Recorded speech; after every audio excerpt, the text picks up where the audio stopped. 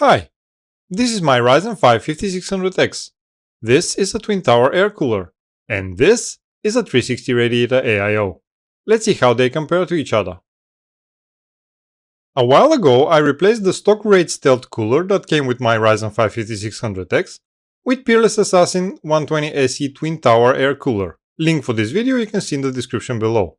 Some people said that this cooler was an overkill for the CPU, which it is. But I started wondering, would there be a difference if I use an even bigger overkill, a 360 radiator AIO, and would that make any sense for my system?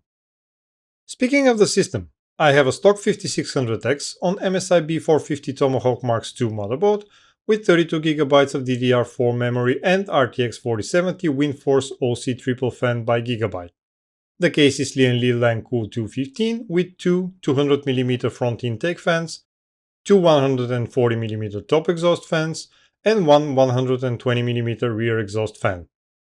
The tower cooler is Thermalright Peerless Assassin 120SE with two 120mm PWM fans, and the AIO is Thermalright Aqua Elite 360 V3 with three of the same 120mm fans.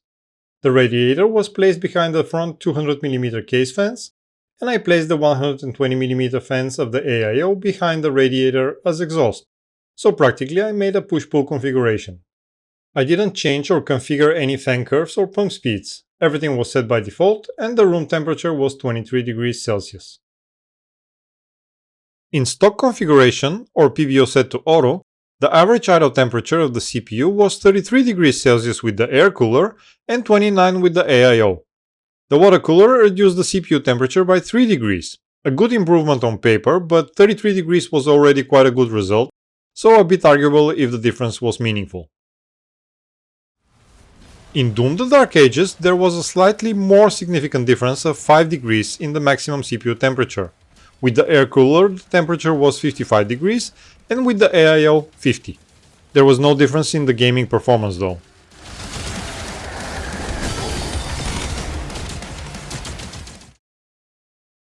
In the single core test of Cinebench R23, the difference was only 2 degrees in the maximum CPU temperature, 48 for the air cooler and 46 for the AIO. The score was pretty much identical, so, as expected, the 360 AIO did not result in any single core performance boost.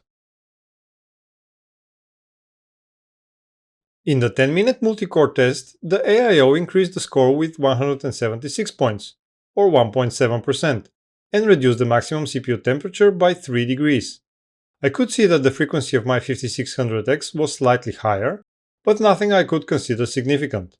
The AIO cooler didn't make the CPU run faster or cooler in amounts that was worth calling improvement, at least in my opinion. With PBO set to enabled, the idle CPU temperature stayed pretty much the same, 33 degrees with the air cooler and 30 degrees with the AIO. PBO increased the CPU temperature by 1 degree with both coolers while playing Doom the Dark Ages, which practically meant the same result as in stock CPU configuration.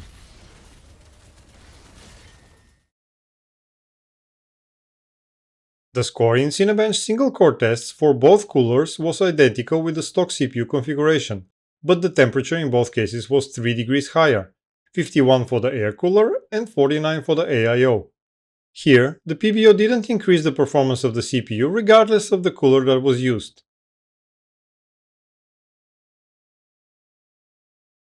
The multi-core test of Cinebench was where I saw the biggest difference between the performance of the two coolers. While the score of the test wasn't that different, 147 more points with the AIO or 1.2% gain, the maximum CPU temperature was 6 degrees less, 72 compared to 78 with the air cooler. In both cases, the CPU was reaching 4.65 GHz, all cores, all the time. When we compare the results of the test I made in stock CPU configuration, we can see that the temperature of the CPU was within 2 to 5 degrees difference between the two cooling solutions. The maximum CPU temperature I saw was 55 degrees with the air cooler while gaming, compared to 50 degrees with the AIO. And while 5 degrees might not be so small of a difference, 55 degrees is absolutely nothing as working temperature for a CPU. In stock configuration, the Peerless Assassin did the job with ease, and switching to 360 AIO did not lead to a significant temperature reduction or performance boost. I would point out that both coolers were practically silent, even under full load.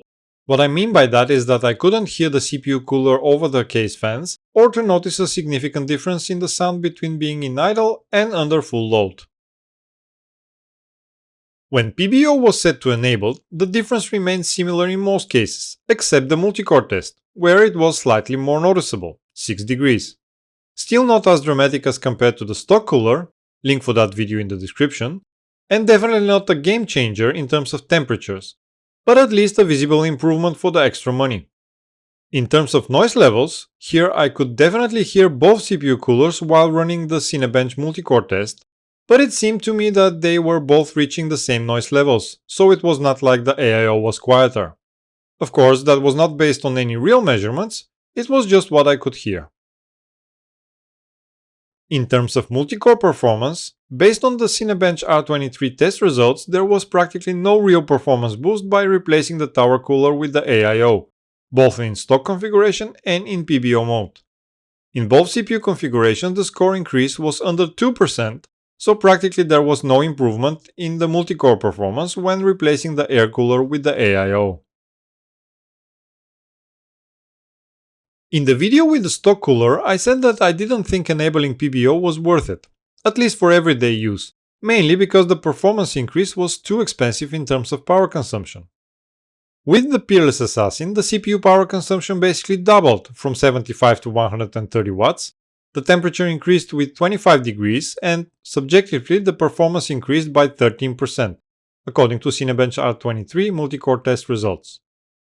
Now, with the AIO the situation was pretty much similar.